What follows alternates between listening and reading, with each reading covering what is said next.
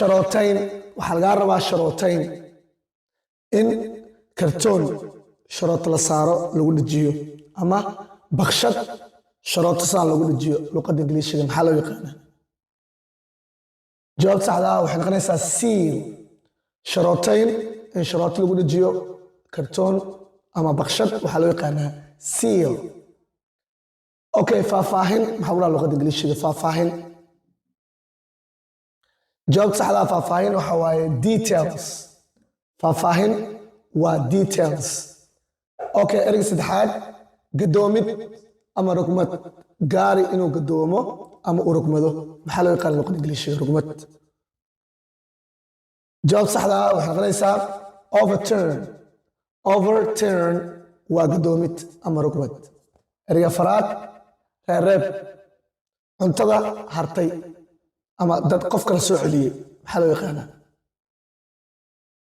jawaab saxda ah waxay noqonaysaa cuntada dad qof kala soo celiyay ama hartay left over ayaa loo yaqaanaa cuntada reebka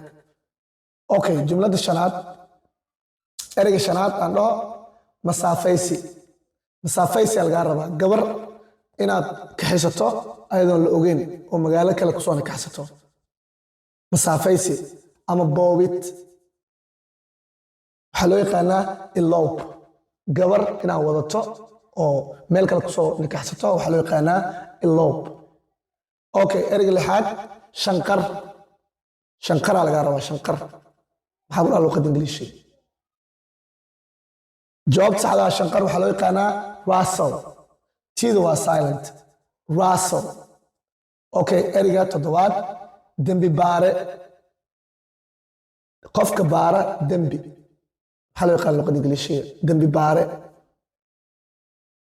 jawaabta saxdaa waxaa loo yaqaanaa detective ayaa loo yaqaanaa dembi baare waana askari ereyga sideedaad kormeere maxaa loo yaqaanaa gaar ahaan qofka shaqada kormeera ama shaqaalaha ama kormeera imtixaan kormeere jawaab saxda waxaa loo yaqaanaa supervisor ayaa loo yaqaanaa kormeere okay ereyga sagaalaad guddi ayaa laga rabaa oo committee aan ahayn guddi waa ognahay guddiga committee aa lahaa luqadda ingiliishiga committee erey kale laga rabaa marka committee aan ahayn erey kale waxaa waaye board guddi committee waa la dhihi karaa board waa la dhihi karaa ereyga tobanaad sax ayaa laga rabaa sax oo aan ahayn correct oo aan ahayn true oo aan ahayn right ereyga sax waxaan u naqaanaa correct right ama true erey kale laga rabaa afraad oo sax ah jawaab saxda waxaa waaye accurate sax ah right sax ah correct sax ah true sax ah intaa waa isku mid ereyga 11aad jadwal ayaa laga rabaa oo timetable aan ahayn ama table jadwal jawaab saxda waxay noqonaysaa schedule iyo table iyo timetable isku mid waa jadwal